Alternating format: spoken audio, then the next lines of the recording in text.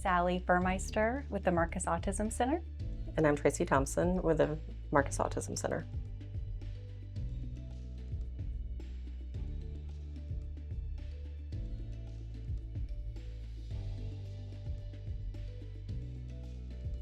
Our partnership with JAccess as Marcus Autism Center has been incredible. We've had the opportunity to work with a variety of preschools. We're actually in our second year of working with them, which is incredible. And the focus of our work together has been really empowering preschool teachers to better include children with autism in their classrooms, to really know more about autism in general, to better be able to identify those earliest indicators, to know what resources are available, but also, and most importantly probably, to be able to better include these children in their classrooms kind of across Metro Atlanta. And so it's been a really fun partnership and we're excited for it to continue.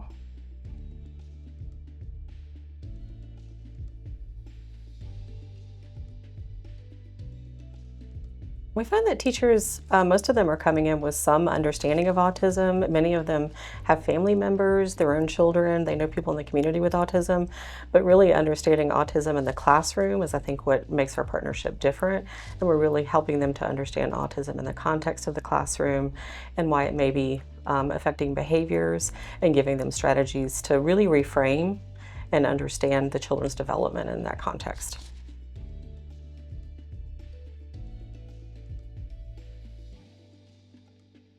When we started this partnership, we were really blown away by the openness, not only of just JAccess and Jewish Federation in general, but all of the directors that we spoke to, the teachers that we spoke to.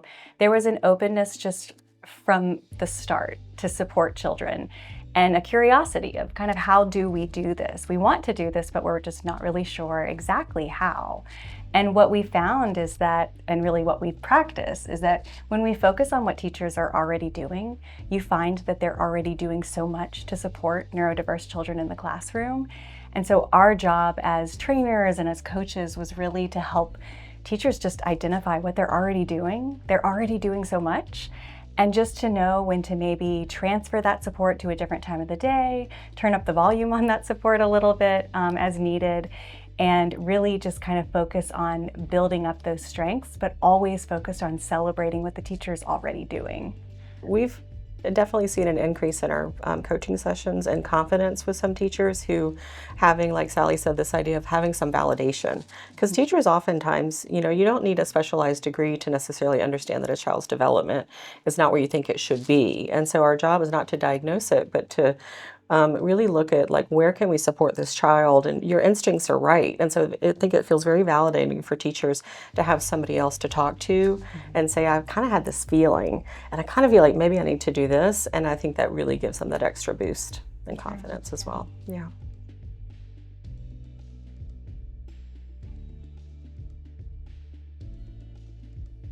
I think we ended up talking a lot about really practical things, right? Kids in preschool are there from beginning of the day, free play, snack time, nap time, diaper changes, hand washing. It's a lot.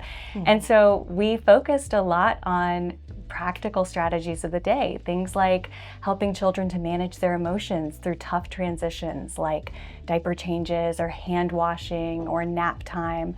So we talked about things like sensory supports. We talked about things like increasing predictability, really focusing and honing in on what is that child communicating, maybe not with words, but with their bodies, with their nonverbal communication. So a lot of it was focused on helping those teachers really hone their observation skills of the children in their classroom and know when to provide additional supports. So that was a huge emphasis of what we did.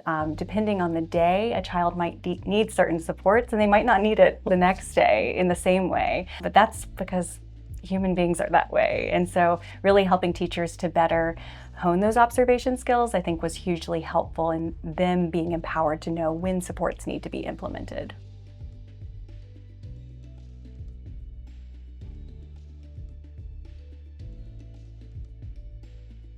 Yeah, I can share an anecdote. I was working with the teacher of 2-year-olds, and she was expressing having some challenges and transitioning. You know, a 2-year-old classroom, you have a lot of transitions, and they're challenging, and they're trying to move, you know, maybe to the playground, then they're to the art room, and they're coming back in the classroom. And she was really reflecting on the struggle of how do I go through this transition safely and efficiently. And we talked about some of the things. She came up with some ideas, and I shared some ideas from my own experience. And she said, "Oh, you know what? I used to do that thing and I had just forgotten." And so she's like, "Oh, this is fantastic. Like it works. I just stopped using it because last year I didn't need it." And that's what happens with teachers is that, like Sally referenced, they have all these skills already, but sometimes, you know, teaching is not 2 plus 2 is 4 when you're talking about a child. You've got a whole toolkit and you're having to decide what am I going to use right now, and sometimes that changes in the moment. And so she was, I think, really excited to go back and pull out this transition tool that she had used in the past, and she's like, "I love it, I'm using it again, it's working." And so that was really transformative for her and re-energized her in that moment. I'd love to share one too. I mean, there's many, because when we were having all these coaching sessions, there's often times where the teacher would be like, "Oh my gosh, that's a cool idea," or "Oh wait, I've already done that before, why don't I try that again?" But a really cool moment that I had with one particular teacher was a reflection from her of, wow, I never realized the reason this child just walks around carrying these items like cars was maybe because he didn't know how to play with them. And maybe I needed to take that moment of modeling and just slow down a little bit before saying, "Oh, it's a disruptive behavior, he's taking toys from peers," or "Oh, we're throwing or we're using toys in a, inappropriate way." But rather taking that second and saying, "Oh, maybe I could just offer a little bit of extra support. Maybe I could offer just step-by-step of how do we play with this toy. Maybe a visual support could be helpful." It was a really cool aha moment because as teachers, obviously you're just trying to make it through your day. There's so much going on, and there often can be, some disruptive things happening in the classroom. But when we can help each other to take a minute and really think about what additional support could I provide to help this child be successful, it can really make all the difference in really consideration of a child that might have been determined as like, "Ugh, he doesn't like to play," or "He doesn't like to share." All those assumptions that we might make, it's just not the case, right? And so that was a lot of the reflections that we would do in our coaching sessions would be on really kind of trying to weed through what skills do we need to build in that child? What additional supports do we need to provide? Really brainstorming. There's not one right answer, which is what we always say. But again, if we can continue to work on our reflection skills and observation skills of those children, then we know when we need to just add in those additional supports. But I loved that moment because I felt like that's going to change her teaching. If she no longer thinks, "Oh, that child who takes the car from a peer or just walks around holding items, oh, they don't like to play." That shift to maybe they just don't know how is huge. So that was a really momentous moment for me. I just was reflecting on one of our whole school trainings that we did. So we had a lot of teachers in this training, and it was Sally and myself, and they were coming up with these fantastic questions that really just go deeper as well, and thinking about what happens if Sally needs a special seat at circle time. And they ask questions like, what do I tell the other kids? What happens when the kids say, "Why does Sally need a special seat?" And so we also had the opportunity to talk a little bit about using this wonderful neutral language and the ways to describe using supports. And it made teachers feel more comfortable as well to go back to the classroom and be able to talk about things in a way that's appropriate for a 3-year-old, and how offering a special seat to Sally, the other kids might want to try it. But, if it doesn't serve them, they're not going to want it again tomorrow. So sometimes there's this anxiety about what happens, how many modifications am I making?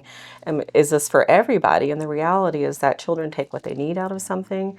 And so I think it also helped them, again, have a nice safe space to talk about some of these bigger questions that they have.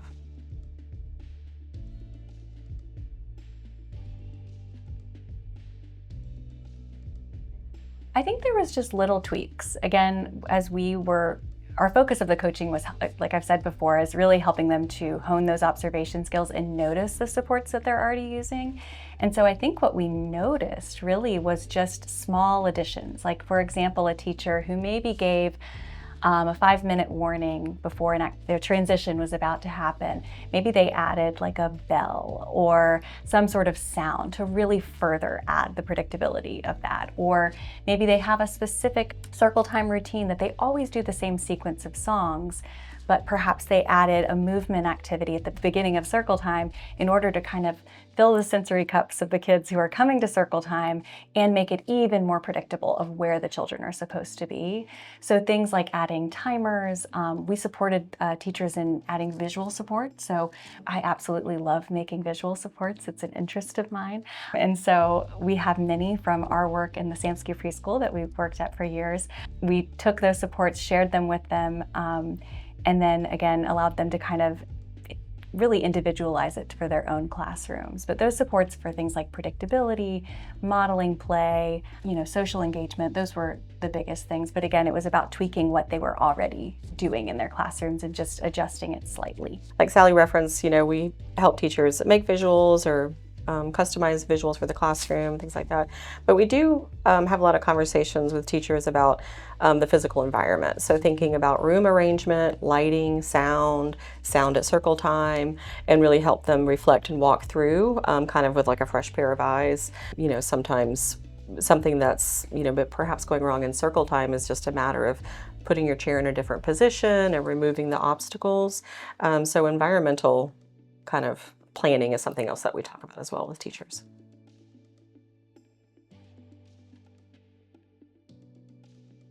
We did talk a lot with the teachers about conferences. That ended up coming up a good amount in the coaching. And so I will say in that, the way that teachers were describing concerns, I think I noticed a change. A lot of times teachers or just individuals in the community, pediatricians, will look at a checklist and kind of hand that to a parent and say, your child has checked off 5 of the 7 boxes. And our big emphasis is like a checklist really isn't helpful for a parent. It just, I don't know, it doesn't feel very meaningful. And you can always kind of find exceptions to a checklist. But when teachers have a better and deeper understanding of autism, and especially these really early indicators and the subtle indicators, it makes them better able to describe exactly what they're seeing that child do in the classroom. So they're able to say things like, I am celebrating this. I'm celebrating that your child has so many words to label all of these pictures. The dinosaurs in the book that he absolutely loves. I'm noticing he's having a hard time, sharing when he's hungry or when he needs help at snack time. So that's a social communication deficit that we need to address and talk about. This is what I'm doing right now to support it, but let's continue this discussion. So I feel like in our conversations, our coaching meetings, we were able to kind of see some of that progression of more general statements of like, I'm concerned about this kid, or he's got some difficulties with X, Y, or Z, to a little bit more specifics on kind of those subtle things that are really very powerful, especially when you're describing it to a parent, because you're not just saying, I noticed this, go on. Like, it's more so, I'm noticing this is how I'm supporting this is how we can work together. And that's really our emphasis in our coaching, is not just saying, I'm concerned, period, but rather, I'm concerned because of this, and this is how we can work together and really be a team. And I will say that the schools we've worked with, again, the directors, the teachers, have been so open to that idea of partnership with families and really community building, and that's been so wonderful to see. Yeah, I think that the questions that have come up in training, I think that teachers can tell that sometimes the child appears to be meeting their developmental milestones. And so, they'll say, I feel like this child might have autism, but what can I say at this point? And so it was really good to have these open conversations, like Sally said, to go back and think about developmentally how these things might manifest in the classroom and helping explain it in a way that parents might understand. And you have to open the door and just start having the conversation. And so I think that even from just that one training, that teachers felt more validated again in their ability to take a screener and have these conversations beyond the screener, whether or not the child appeared to be developing typically.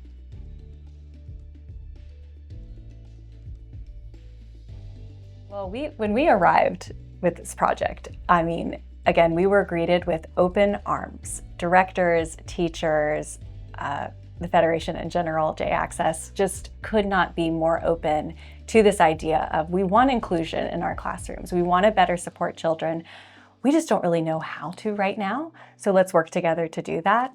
So I feel like just, from the jump, we had that partnership and acceptance and motivation to really have this focus on inclusion in the classrooms. And so for our part, it was just wonderful. We felt so excited as we started because we didn't feel like we had to do any convincing or really motivate anyone. We talk a lot about how inclusion supports not only a child with autism, but it really supports neurotypical children as well. There's data to support that.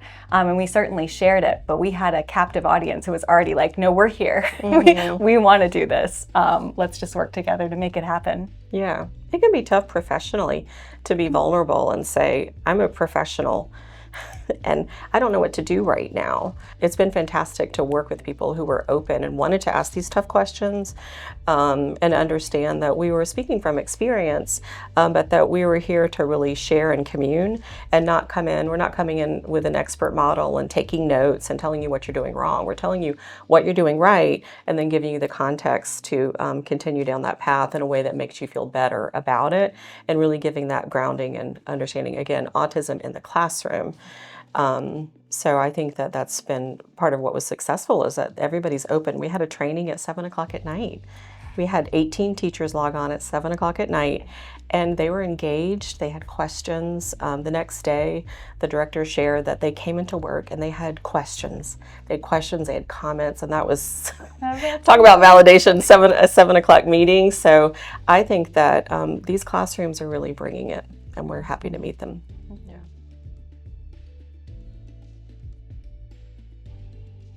I think joint focus, right? We again, coming from running our own inclusive preschool, we had this passion for including children with autism in early childhood education, and we had some ideas of how to do it.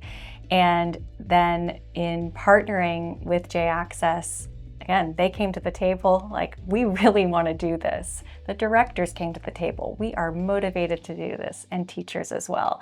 And so when we have that joint focus and we're all motivated and curious as to how we can do this together, it just makes it so much easier. And so as we're moving into our second year of our work together, that's just continued. So now we're moving from just doing virtual coaching to now in-person support, getting in the classrooms. And that can be, tough. Some random person coming into your classroom and hanging out and spending time. It really takes a lot of trust.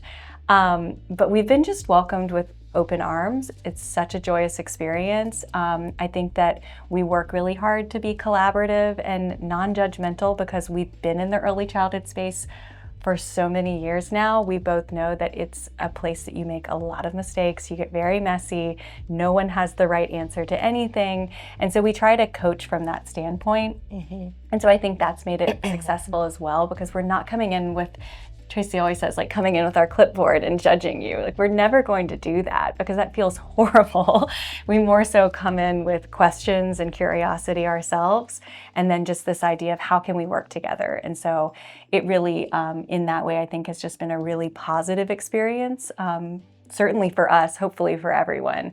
And I think that that has definitely contributed to the success. I think we have a coaching model that is reflective and it's very supportive. And so this idea of, I think it's refreshing for teachers to have somebody come in and say, you're doing a great job at this. And it might be different from, working with a director. They're having to work on lesson plans and all these other structural things. We're there just to talk to them about these strategies. And, teaching is an emotional job. You're emotionally regulating all these little people all day long. And you're not just focusing on the inclusion, you have all kinds of needs in your classroom. And so I think it's refreshing also for these teachers that our inclusion strategies, they're fantastic for autism, but they really serve everybody. And so there's a lot of, buzzwords out there in the education world, social emotional learning, universal design for learning. The strategies that we really, hit on and work on with teachers, they hit all those domains. And so it's not something that's super niche. Certainly we can talk about a very specific, challenge with autism that might occur in your classroom. But then we're taking a much broader lens and saying, how is this visual supporting the early literacy skills of everybody in your classroom? When we use an adapted book, it might feel in that moment like it's for that one child who really needs to have something in their hands, but everybody is learning deeper and better for their early reading brain when they're using these types of strategies. So we really look at the macro for a child as needed when we're talking to teachers, but then we zoom it back out, supporting everybody. It's also supporting the teachers. You know, when I was in a classroom every day, I had visuals on the walls for myself. I had schedules for myself, because the more ready I am and planned and, you know, supported, the better teacher I'm going to be. So we coach a lot about communication. So we talk to teachers about communication with parents, communications with your administrators, with your coworkers, community therapists, pediatricians. You know, teachers, they can't do it all. There's a lot of pressure on them. You know, like Sally referenced, you have a child in your classroom probably 8 hours a day, sometimes 5 days a week. That's a lot. And so I think this tension of, you know, parents want their child to be supported. Teachers always want to support the child, but they need the right things in place to do that. And so that's where I think we really urge teachers as much as possible. Work with your administrators, work with those parents, and get those conversations going. And we'll help you with these conversations, because in the end, it's serving everybody in the community better.